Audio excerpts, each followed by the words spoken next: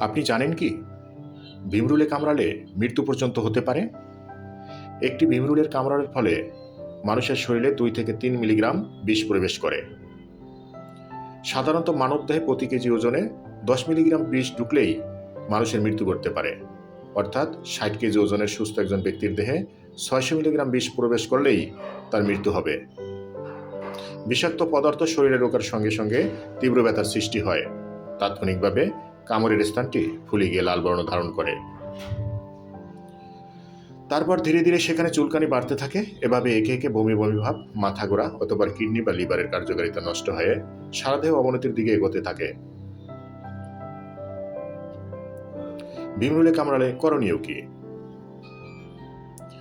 কামড়ানোর স্থানটি পরিষ্কার করুন। জীবাণুনাশক সাবান এবং পরিষ্কার পানি দিয়ে ধুয়ে ফেলুন। স্থানটি ঠান্ডা রাখুন। ফুলের বিষ বের করতে আঙ্গুল দিয়ে চাপ প্রয়োগ করুন। অ্যালোভেরা জেল, তুলসী পাতার রস, ল্যাভেন্ডার অয়েল কিংবা ইউক্যালিপটাস তেল লাগিয়ে নিতে পারেন।